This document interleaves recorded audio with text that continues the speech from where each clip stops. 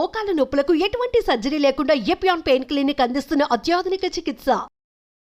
Sir ఇప్పుడు జీడి మామిడి తింటే క్యాన్సర్ రాకుండా ఉంటుందని చెప్పి ప్రకృతి వైద్య నిపుణులు చెప్తున్నారు. మీకు సైంటిఫిక్ గా ఏమన్నా ఎవిడెన్స్ ఉందా సార్ దీనికి? జీడి మామిడి ఒకటే కదండి, అన్ని రకాల సీడ్స్ నట్స్ కూడా దే ఆర్ వెరీ హెల్ప్ఫుల్ అండి ఫర్ టు ప్రివెంట్ క్యాన్సర్. రకరకాల ఫుడ్ ఐటమ్స్ మనం చూస్తుంటాం.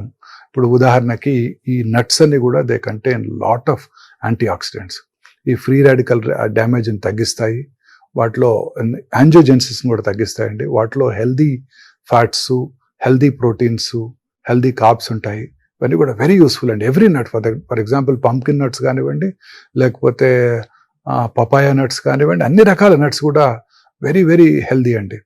In addition to the traditional popular once, badam, pistachio, walnuts కు ఇవన్నీతో పాటు ఇవి కూడా చాలా హెల్దీ నట్స్ అండి.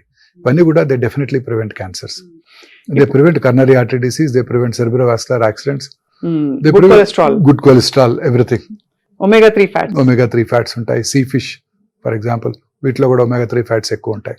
కుర్కుమెన్, పసుపు, గార్లిక్, ఆనియన్, ఇవన్నీ వెరీ హెల్ప్ఫుల్ అండి. ఆనియన్ లో ఉండే క్వెర్సిటీన్ అంటాం, ఇవి డెఫినెట్ గా యాంటీ క్యాన్సర్ ప్రాపర్టీస్ ఉంటాయి. ఎలా తీసుకోవాలి సార్ ఆనియన్? అంటే పచ్చి ఆనియన్ అన్ని రకాలుగా తీసుకోవచ్చు అండి. Onion it's a common ingredient మన సౌత్ ఇండియన్ ఫుడ్ లో. ఉంటాయండి, ఔషధ గుణాలు ఉంటాయండి. పచ్చి ఆనియన్ ఇస్ ద బెస్ట్ అండి. పచ్చిది ఎప్పుడు బెస్ట్. పచ్చి ఆనియన్ ఇస్ ద బెస్ట్. పెరుగన్నంలో తింటాం కానివ్వండి, పికిల్తో తింటాం కానివ్వండి, పచ్చి ఆనియన్ ఇస్ ద బెస్ట్. ఇప్పుడు ఉదాహరణకి rajma, parotta, North Indian dishes లో కూడా రెగ్యులర్ గా ఆనియన్ సర్వ్ చేస్తుంటారు, పచ్చి ఆనియన్ సర్వ్ చేస్తుంటారు.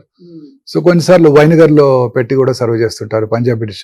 సో వెరీ యూస్ఫుల్ అండి. పింక్ కలర్ లో మారుతుంది, very helpful. But that could be colouring agent అండి. ఇప్పుడు ఈ కలరింగ్ ఏజెంట్స్ ఆర్ డేంజరస్ అండి. ఇప్పుడు curcumin is very helpful. It reduces the turmeric లో ఉండే curcumin, it reduces the inflammation and cancer రాకుండా చేస్తుంది. అన్ని రకాలుగా మన గట్ మైక్రోబియం హెల్ప్ చేస్తుంది. అలాగే గార్లిక్ లో ఉండే ఎలిసిన్ కూడా చాలా యూస్ఫుల్ గా ఉంటుంది. ఇవన్నీ కూడా వెరీ యూస్ఫుల్ అండి. బట్ ఈ కుర్కుమిన్ లో కలర్ యాడ్ చేయడానికి లెడ్ క్రోమేట్ వాడుతుంటారు. అలాగే రెడ్ చిల్లీ పౌడర్ కూడా కంటామినేట్ అయిపోతుంది సూడాన్ డైతో. వీటి వల్ల ఇవన్నీ కూడా ఈ కంటామినెంట్స్ ఆర్ డేంజరస్ అండి. సో అది మనకి సోర్స్ ఆఫ్ సోర్స్ ఎక్కడి నుంచి వస్తుందో చాలా ప్రాపర్ గా కేర్ఫుల్ గా వాటిని ప్రిజర్వ్ చేయాల్సి ఉంటుంది. ఎయిర్ టైట్ కంటైనర్ లో ఉంచుకోవాల్సి ఉంటుంది. బ్రాండెడ్ ఐటమ్స్ తీసుకోవాల్సి ఉంటుంది. ఇవన్నీ కూడా ఎక్స్పోర్ట్ చేసినప్పుడు వాళ్ళు చెక్ చేస్తుంటారు. మన ఇండియాలో రెగ్యులర్ గా చెక్ చేయకపోయినా ఇప్పుడు కొన్నిసార్లు కొన్ని రకాల మసాలా పౌడర్స్ మన మధ్య చైనాకి, సింగపూర్ కి బ్యాన్ చేస్తారు. సో తర్వాత వాటిని వాళ్ళు ఇంప్రూవైజ్ చేసి మళ్ళీ వాటిని ఇండియాలోను అక్కడ కూడా సేల్ చేయగలిగారు. సో చిన్న మిస్టేక్స్ మనకి ఇబ్బంది కలిగిస్తాయి అన్నమాట. సో బేసికలీ ఆంకోజీన్స్ అన్నవి చిన్న తప్పులు చేసుకుంటూ అది పెద్ద తప్పుగా మారిపోయి అది బ్రేక్ డౌన్ అయిపోతుంది. దాన్ని కంబ్యాట్ చేసే శక్తియుక్తులు మన బాడీలో లేక ఉంటే బాధలేదు, ఇమ్యూనిటీ బాగుంటే బాధలేదు.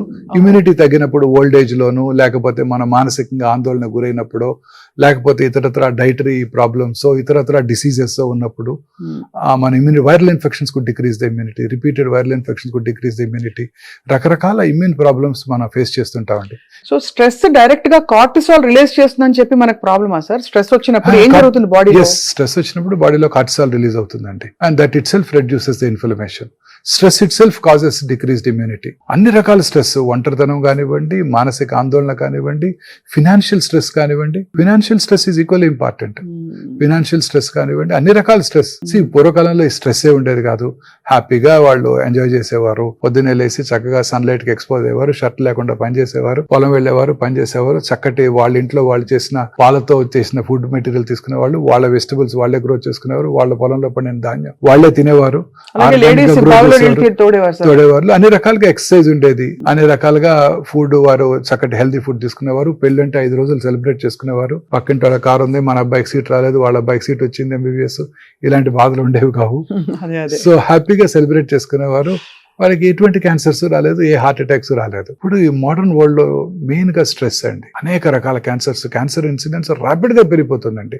ఇప్పుడు ఇండియాస్ పాపులేషన్ ఎంతండి? 1.54 బిలియన్స్. చైనాస్ పాపులేషన్ ఎంతండి? 1.52 బిలియన్స్. మనకన్నా 200,000 లెస్ దాన్ అస్. చైనాలో number of cancers are 4.8 million. Indian Council for Medical Research estimates in New Delhi వారి ఎస్టిమేట్ ప్రకారం ఇండియాలో it's only 1.4 million new cancer patients. అంటే చైనా పాపులేషన్ కన్నా మన పాపులేషన్ ఎక్కువ, కానీ మన cancer cases are 1/3 of Chinese. అంటే పర్వాలేదని అర్థం కాదండి, grossly under reported. Under reported cases. Grossly under reported. ఈ కేసులని రిపోర్ట్ చేయబట్టలేదు.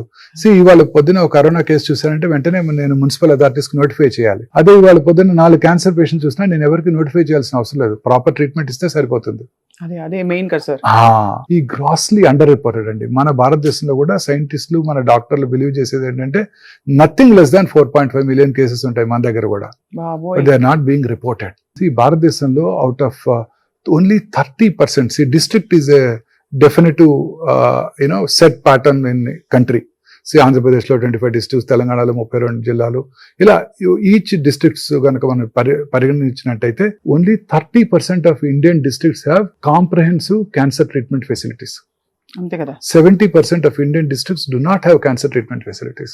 అంటే క్యాన్సర్ ఇంకా కొంచెం డబ్బున్న వాళ్ళ రోగంగా అనుకుంటారు సార్. అది లేదండి, పేదవాళ్ళు కూడా ఈక్వల్లీ ససెప్టబుల్. అంటే మీరు అన్నట్టు డైరెక్ట్ క్యాన్సర్స్ కి వాళ్ళు ససెప్టబుల్. పొల్యూషన్ వల్ల, టొబాకో యూసేజ్ వల్ల, ఆల్కహాల్ తీసుకు వల్ల, ప్రాపర్ హైజీన్ లేకపోవడం వల్ల వాళ్ళలో కూడా equally good number of cancers చూస్తున్నాం. వాళ్ళకి ట్రీట్మెంట్ చేసుకునే కెపాసిటీ లేక వదిలిపడేస్తారు. They give up after some time. General గా సిమ్టమ్స్ ఉండవు, లేట్ స్టేజెస్ లో డాక్టర్ దగ్గరికి వస్తుంటారు. సిమ్టమ్స్ వచ్చినా సార్ నెగ్లెక్ట్ చేసి పర్లేదులే ఏజ్ వల్ల వచ్చింది అని వదిలేసుకునే కల్చర్ లో మనం ఉన్నాం. ఇప్పుడు హెల్త్ అవేర్నెస్ ఇప్పుడే కదా సార్, ఇప్పుడు కొంత ఒక స్టేటాలో వస్తుంది అందరిలో. సార్ ఈ స్ట్రెస్ సైకిల్ ఎట్లా కట్ చేయాలి చెప్పండి. ఓవర్ అంబిషన్ ఒక మీరు అన్నట్టు కంపారిజన్ అంబిషన్ వల్లే ఈ స్ట్రెస్ ఎక్కువ అయిపోతుంది. ఎలా కట్ చేయాలి స్ట్రెస్ సైకిల్? మీరు అంబిషన్ లేకపోతే సొసైటీ డెవలప్ అవుతుంది. ఒకటి బిల్డ్ చేయాలి అనే ఒక కాన్సెప్ట్ నేను చాలా మంది చూసాను. చాలా ఇప్పుడు రీసెర్చ్ కంపెనీస్ చూస్తుంటాం కదండి. నిన్ననే ఒక కంపెనీ చూశాను, ఆ కంపెనీ పేరు పీక్యూర్. వాళ్ళు 26 years వర్క్ చేసి ఒక ప్రోటాన్ బీమ్ థెరపీని డెవలప్ చేశారు. వాళ్ళ లైఫ్ అంతా దానికి డెడికేట్ చేశారు. ఇప్పుడు it is going to yield fruits for them. వాళ్ళు దాన్ని సేల్ చేసి దాన్ని వాళ్ళు అమ్ముకోగలిగి వాళ్ళు ఆ కంపెనీకి ప్రాఫిట్స్ తెచ్చుకోగలుగుతారు. ఈచ్ డ్రగ్ తయారు చేయడానికి ఆ ఫార్మస్యూటికల్ కంపెనీస్ ఎంత కష్టపడతాయో మీకు తెలియంది కాదు. కొన్ని బిలియన్స్ ఆఫ్ డాలర్స్ ఖర్చు పెట్టి చేస్తుంటారు. సో ప్రతి రీసెర్చ్ కూడా ఎంతో అంబిషన్తో ఒక పని చేయాలన్న తపంతో చేయగలిగినప్పుడే మన హ్యూమన్ రేస్ ముందుకెళ్తుందండి. అంబిషన్ లేకపోతే మనం డెవలప్ అవ్వం. కాకపోతే అది హెల్దీగా ఉండాలి. దాన్ని ఎంతో కేర్ఫుల్గా. ఇప్పుడు ఉదాహరణకి ఎవ్రీ ఇండస్ట్రియలిస్ట్ మీరు చూడండి, ఎంతో కష్టపడి పైకి వచ్చిన వాళ్ళే. ఎవరు కూడాను జస్ట్ ధీరుభాయ్ అంబానీ గారు ఎంతో కష్టపడి చిన్న స్థాయి నుంచి సైకిల్ మీద బట్టలు అమ్మి ఆయన ఇండియాస్ రిచెస్ట్ మ్యాన్ అవ్వగలిగారు. సో ఎంతో కష్టపడింది ఏది రాదండి. సో ఆ కష్టపడడం కూడా ఆనందంగా భావించాలి. When you think your work is passion. See, people ask me, don't you get burnt out when you work for 18 hours a day? I work on an average 110 hours a week. Baboy. But I don't get stressed out. That's my passion. Seeing my patients is my passion. వాళ్ళని చూడటం వల్ల నేను స్ట్రెస్కి లోనవను, ఆందోళనకు లోనవను, బాధపడను. శనివారం రాత్రి 7:30కు ఒక కొత్త patient వచ్చినా అదే జీల్ అండ్ ఎంతూజియాజంతో చూస్తాను. శనివారం రాత్రి 7:30కి ఎందుకు వచ్చారు వీళ్ళు అని అనుకోను. నా కోసం శనివారం రాత్రి కూడా వచ్చారని ఆనందపడతాను. Amazing attitude sir. యాటిట్యూడ్. ఇప్పుడు అందరూ కూడా హార్డ్ వర్క్ చేసిన వాళ్ళంతా కూడా వాళ్ళ యాటిట్యూడ్ లేకపోతే సక్సెస్ అవ్వలేరు. సో అయితే స్ట్రెస్ ని మూలం నుంచి కట్ చేయడం అన్నది కేవలం ప్రాక్టీస్ అంటారు, అంతే కదా సార్? ప్రాక్టీస్, కంటి నిండా నిద్ర, హ్యాపీగా పడుకోవాలి, సంతోషంగా ఉండాలి. You must enjoy your profession. అంతే కదా సార్? అంతేనండి. ఈ non vegetarian items, vegetarian items చాలా మంది నన్ను అడుగుతూ ఉంటారు. అవును, ఎందుకంటే ఇప్పుడు బాగా మారిపోయింది కదా సార్, మళ్ళీ వెజిటేరియనిజం కి తిరిగి వస్తుంది. అనేక రకాల vegetables have anti cancer properties అండి. ఉదాహరణకు సార్ బెల్ పెప్పర్స్, అన్ని రకాల కలర్డ్ వెజిటబుల్స్, గ్రీన్స్, అన్ని రకాల ఆకుకూరలు, cruciferous vegetables like cauliflower, broccoli, cabbage, Brussels sprouts, వీటన్నిటిలో కూడా రకరకాల రసాయనాలు ఉంటాయి. ఇవన్నీ కూడా క్యాన్సర్ రాకుండా చేస్తాయండి. బ్రోక్లీలో ఉండే sulforaphane, it has strong anti cancer property. వీటితో పాటు మన ఇంట్లో మనం ట్రెడిషనల్ గా చేసుకునే పసుపు వేసుకుని వండుకునే కూరలు, గార్లిక్, ఆనియన్స్ అన్ని కలుపుకొని చేసే వెజిటబుల్స్ అన్ని కూడా చాలా హెల్ప్ఫుల్ గా ఉంటాయండి. మీరు ఎందుకు సార్ వెజిటేరియన్ గా మారిపోయారు?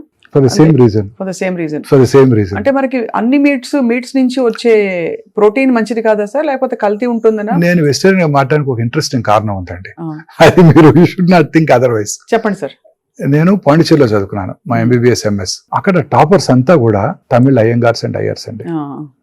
వాళ్ళకున్న బ్రెయిన్ ఎవరికి ఉండదండి, శాకాహార బుద్ధి.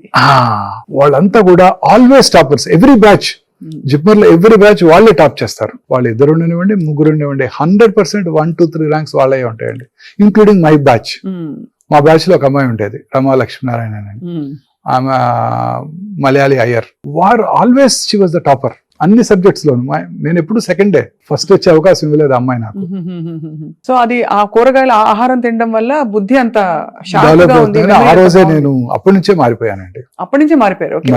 MBBS అయిపోయే టైంకి మారిపోయానండి. దట్స్ ఎ గ్రేట్ అంటే సెల్ఫ్ రెవల్యూషన్ సార్. మీకు తెలుసుకోవడం, మీరు ఫీల్ అవ్వడం అనేది. చాలా మంది ఇప్పుడు ప్రోటీన్ మీద ఫోకస్ పెడుతున్నారు.